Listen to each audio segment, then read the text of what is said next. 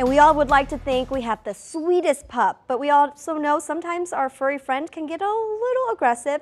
But there are some ways you can control your pup's behavior. And we have David Coder with Doggone Problems here to share some tips. Good morning, David. Good morning. Thanks for having me. Always good to have you because you always bring a doggy pal with you. I do. I brought Maxwell today. Maxwell is so well behaved. Tell us about Maxwell. Maxwell is a 6-year-old border terrier. He was surrendered to me several years ago. He used to have a dog aggression problem. So wow. We worked with him on his anxiety and not wanting to bite the other doggies.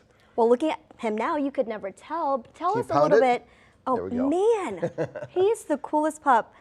Tell us how you were able to get him to control his aggression. Well, for when you have dogs that have aggression problems, you want to make sure that they're not reactive. We call that above threshold, and it's basically almost a doggy version of being hysterical. Sure. And so a lot of people just keep on walking their dogs towards another dog or person or whatever they don't like, and they're not listening. So the dog kind of lags behind, you pull on the leash, and the dog's saying, "That's scary to me." So one of the things that we talk to people about doing is making sure that anytime your dog's reactive, the best thing you do is increase distance.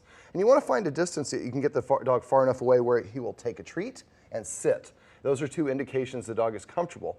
And then what I like to do is do some counter conditioning. So I might take a treat like this, smash it, and have Max, and if you notice, I can get him to look wherever I want just by moving the treat. And by smashing it, it takes him a couple bites. So what we want to do is create a positive association. When I see another dog, all of a sudden a treat is in my mouth, and I'm far enough away where I'm not panicking. So it helps him practice not being aggressive. Those are great tips, and you are talking about some of that today in your last... Yes, well actually it's next Saturday in our Talking Dog workshop, and it's at Elmwood Park. Basically this one is on dog aggression, and it's one of the worst things that nobody wants to have an aggressive dog. Most dogs are aggressive, or dogs are aggressive for a multitude of reasons. They could be fearful, possessive, protective, anxious.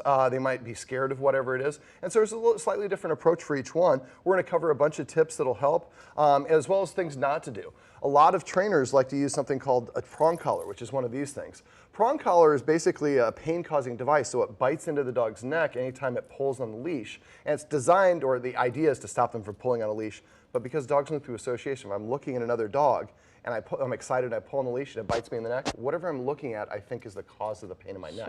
So this usually causes more problems. This is one of the things we talk about, not using pain-causing devices. We want our dog to want to listen to us and have a positive experience with things. That's the benefit of modern dog training, right, Maxwell?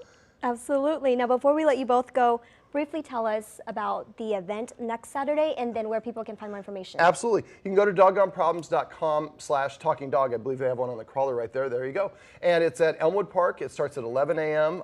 It's supposed to be a beautiful day. We've already arranged, KTV has arranged for beautiful weather. Great. It starts at 11 a.m. I share a bunch of tips and secrets, and then afterwards I take questions. Dogs are certainly welcome to come if they're friendly with other dogs and people. If not, just leave them at home. Bring a pad of paper and a lawn chair and something to drink, and we'll share tips so you can take them home and use them with your pooch. Perfect. David and Maxwell, thanks for joining us this morning. Can you pound it one more time? There we go. Nice. Good job, buddy.